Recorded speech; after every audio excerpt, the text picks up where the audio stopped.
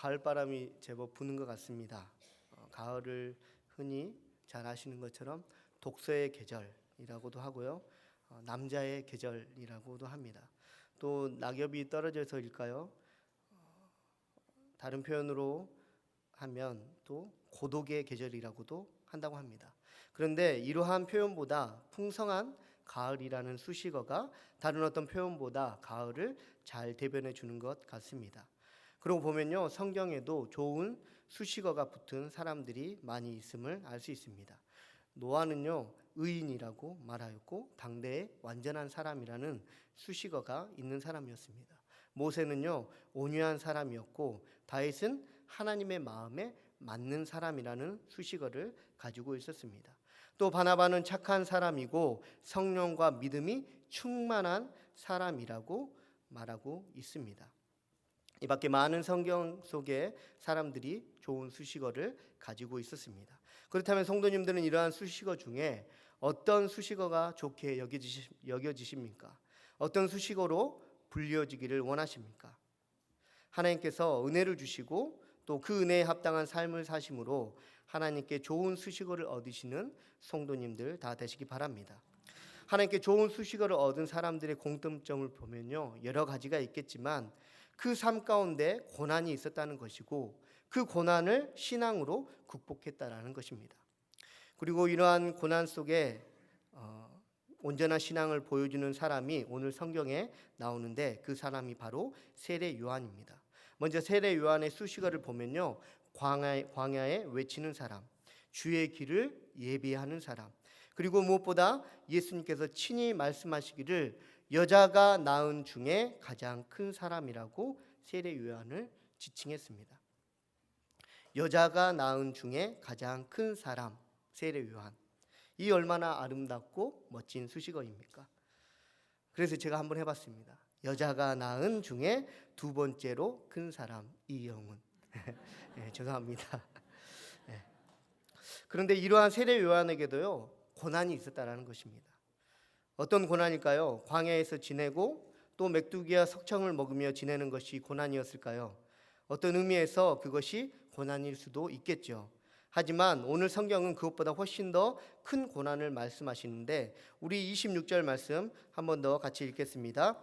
그들이 요한에게 가서 이르되 라삐여, 선생님과 함께 요단강 저편에 앉아있던 이곳 선생님이 증언하시던 이가 세례를 베풀매 사람이 다 그리로 가더이다. 아멘. 세례 요한에게 찾아온 고난은 바로요, 비교입니다. 고난이 비교라고 하니까 실망하셨습니까? 뭔가 목숨이 위협받을 만하고 전 재산이 없어지는 그런 것이 아니라서 실망하셨습니까? 그런데 성도님들 곰곰이 생각해 보면요, 이 고난으로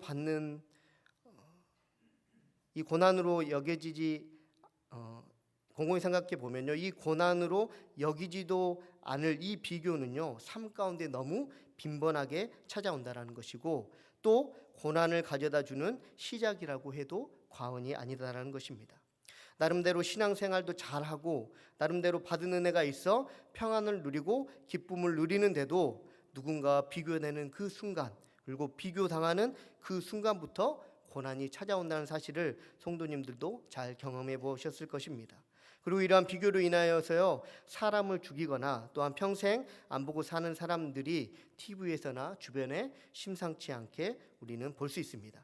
이처럼요, 별것 아닌 것처럼 느껴지지만 실제로는 너무나도 크게 문제될 수 있는 비교라는 고난이 바로 오늘 세례 요한에게 찾아온 것입니다. 그런데 이러한 고난이 찾아올 때 세례 요한은 말 그대로 여자가 낳는 중에 가장 큰 사람답게 온전한 신앙으로 이를 극복하는 것을 우리는 말씀을 통해서 볼 수 있습니다.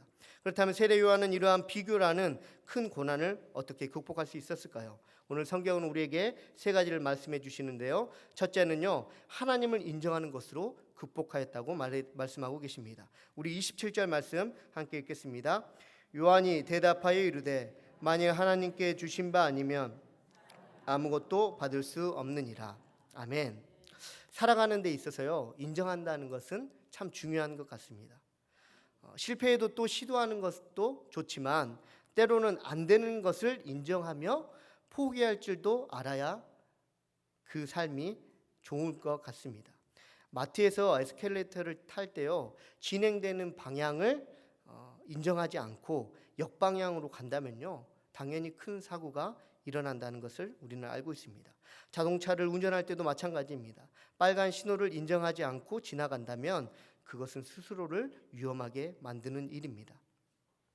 이처럼 인정한다는 것은요, 나를 지키고 또한 나를 보호하는 것입니다.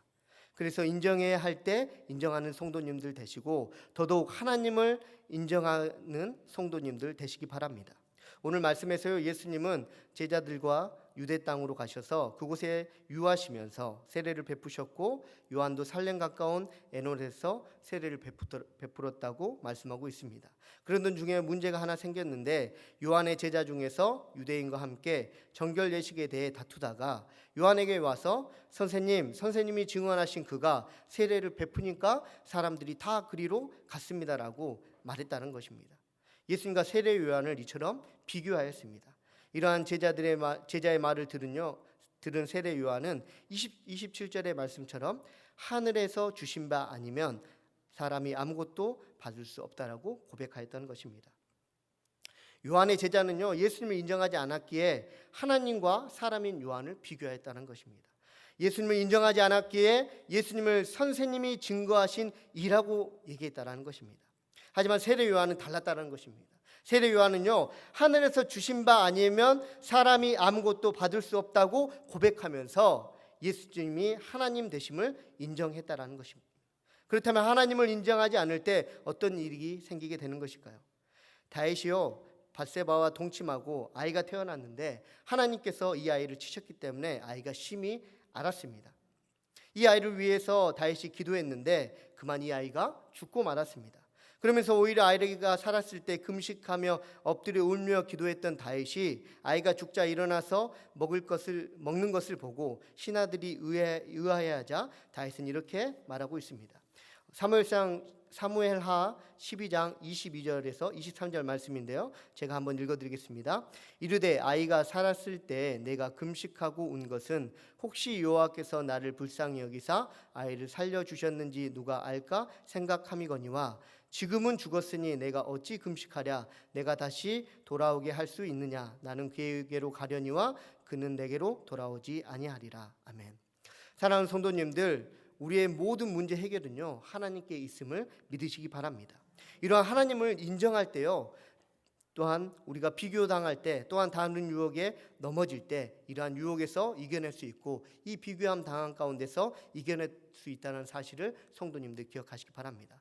그래서 나의 성품을 고치고 나의 마음을 고치고 다른 사람을 고치려 하는 것이 아니라 더욱더 계속적으로 하나님을 인정할 때 우리 안에 이러한 모든 유혹들과 고난들이 하나님께서 능히 이기게 하실 힘을 주실 줄 믿습니다. 이러한 힘을 얻으시는 성도님들 다 되시기 바랍니다.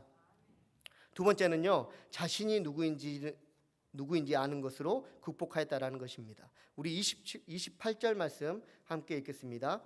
내가 말한 바 나는 그리스도가 아니요 그의 앞에 보내심을 받은 자라고 한 것을 증언할 자는 너희니라. 아멘. 경고망동이라고 하는 사자성어가 있습니다. 경고망동은요, 가볍고 망령되게 행동한다는 뜻으로 도리나 사정을 생각하지 아니하고 경솔하게 행동함을 말하고 있습니다. 어떨 때 이러한 경고망동을 하게 될까요? 그것은 바로요, 자신이 누구인지를 모를 때 이러한 행동을 하게 된다는 것입니다. 세례 요한은요, 말씀에서의 고백처럼 예수님 앞에 보내심을 받은 자였습니다. 이러한 사실을 세례 요한은 누구보다도 자신이 잘 알고 있었습니다. 그래서 세례 요한은요, 자신에게 나오는 사람들에게 회개에 합당한 열매를 맺으라고 외치면서 세례를 베풀었습니다. 그리고 이러한 외침을 자신에게도 하였다라는 것입니다. 만약요, 세례 요한이 다른 사람을 향해 죄인이라고 하면서 정작 자신을 향해 죄인이라고 하지 않았다면요, 예수님께서 여자에게 난 자 중에 가장 뛰어난 자라고 세례 요한에게 이러한 수식어를 주지 않으셨다라는 것입니다. 성도님들, 그리스도인이 무엇입니까? 그것은요, 자신이 죄인임을 고백하는 사람입니다.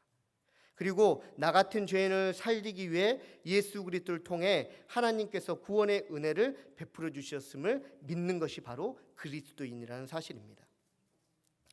그래서 나를 표현할 때 어떠한 지위를 말하기 전에, 또한 어떠한 사람임을 말하기 전에 먼저 죄인임을 고백하시는 성도님들 되시기 바랍니다. 어느 한 교회에서 있었던 일인데요, 예배가 시작되고 사람들이 모두 자리에 앉았다고 합니다. 당시에는요, 귀족들만이 앉을 수 있는, 그래서 앉아서 예배 드릴 수 있는 장소가 따로 마련되어 있는 그런 교회였는데, 그곳에서 한 장군이 앉아서 예배를 드리고 있었습니다. 그런데 예배 중에 어떤 허름한 옷을 입은 한 사람이 와서요, 이 장군이 앉아 있는 옆에 다가가서 앉았습니다. 이를 보고 있던 장군의 부하가요, 그 사람을 조용히 쫓아내려고 했습니다. 그러자 자리에 앉아 있던 장군이 이렇게 말했다고 합니다. 그럴 필요 없네. 예수님 앞에서는 우리 모두가 죄인이 아닌가. 이 장군의 말처럼요, 내가 죄인임을 알고 고백함으로 비교의 순간에 하나님의 은혜를 얻으시는 성도님들 되시기 바랍니다. 우리가 계속적으로요, 하나님 앞에, 그리고 사람들을 통해서 내가 죄인임을 고백할 때요, 누구 하나 우리로 하여금 넘어뜨리게 할 수 없다는 것입니다. 왜냐하면 우리가 고백하게 하시는 분이 바로 하나님이시기 때문입니다. 그리고 하나님께서는요, 우리가 죄인임을 고백하는 것을 가장 기뻐하시고 자랑스러워하십니다. 그래서 날마다 하나님 앞에 죄인임을 고백하고 거기에서 끝나는 것이 아니라 구원의 은혜를 얻으시는 성도님들 다 되시기 바랍니다. 세 번째는요, 기쁨의 충만함으로 극복하였다라는 것입니다. 우리 29절 말씀 함께 읽겠습니다. 신부를 취하는 자는 신랑이 나서서 신랑의 음성을 듣는 친구가 크게 기뻐하나니 나는 이러한 기쁨으로 충만하였노라. 아멘. 성도님들은 어떨 때 기쁘십니까? 저는 지금 막 기쁩니다. 왜 그럴까요? 중고등부 예배 마치고 교사회의 하는데 어떤 분이 감사하게도 커피를 주시더라고요. 그래서 지금 막 그 커피의 영향으로 막 기분이 좋아지고 있습니다. 여러분, 제가요 커피를 마시면요 제 몸이 반응합니다. 그래가지고 막 기분 좋게 합니다. 근데요, 제가 이것을 생각하면서요, 오늘 본문을 생각하면서 이런 생각을 해봤습니다. 내가 한 번이라도 정말 하나님 자체만으로, 하나님 한 분만으로 이 온몸을 다해서 기뻐해 본 적이 있을까? 근데 별로 없는 것 같더라고요. 사랑하는 성도님들, 하나님 한 분만으로 온전히 기뻐하시는 성도님들 되시기 바랍니다. 온 마음을 다해서, 온 영혼을 다해서 하나님을 향하여서 하나님 자체만으로 기뻐하시는 성도님들 다 되시기 바랍니다. 성 어거스틴이요, 어느 날 밤에 주님을 사모하는 마음으로 기도하다가 잠이 들었다고 합니다. 그는 꿈결에 사랑하는 하나님을 만났습니다. 그리고 하나님은 이렇게 어거스틴에게 말했다고 합니다. 나의 아들아, 너는 나에게 무엇을 원하느냐? 그러자 어거스틴은 저는 아무것도 원하지 않습니다. 다만 주님만을 원합니다. 성도님들, 예수님 한 분만으로 충분하십니까? 예수님으로 인해 얻어지는 기쁨으로 정말 만족하십니까? 본절에서 말하는 충만은요, 컵이 물에 가득 찼다는 것을 말합니다. 오직 예수님만으로 가득한 삶, 그 안에서 얻는 기쁨을 누리시는 성도님들 되시기 바랍니다. 말씀을 마치도록 하겠습니다. 비교라는 고난이 찾아올 때, 또한 때로는 어떠한 유혹이 찾아올 때, 세례 요한이 보여준 신앙처럼 예수님이 누구인지를 알고, 또한 그 예수님 앞에 내가 누구인지를 알고, 그래서 예수님께서 주시는 기쁨을 누리는 성도님들 되시기 바랍니다. 기도하고 말씀 마치도록 하겠습니다.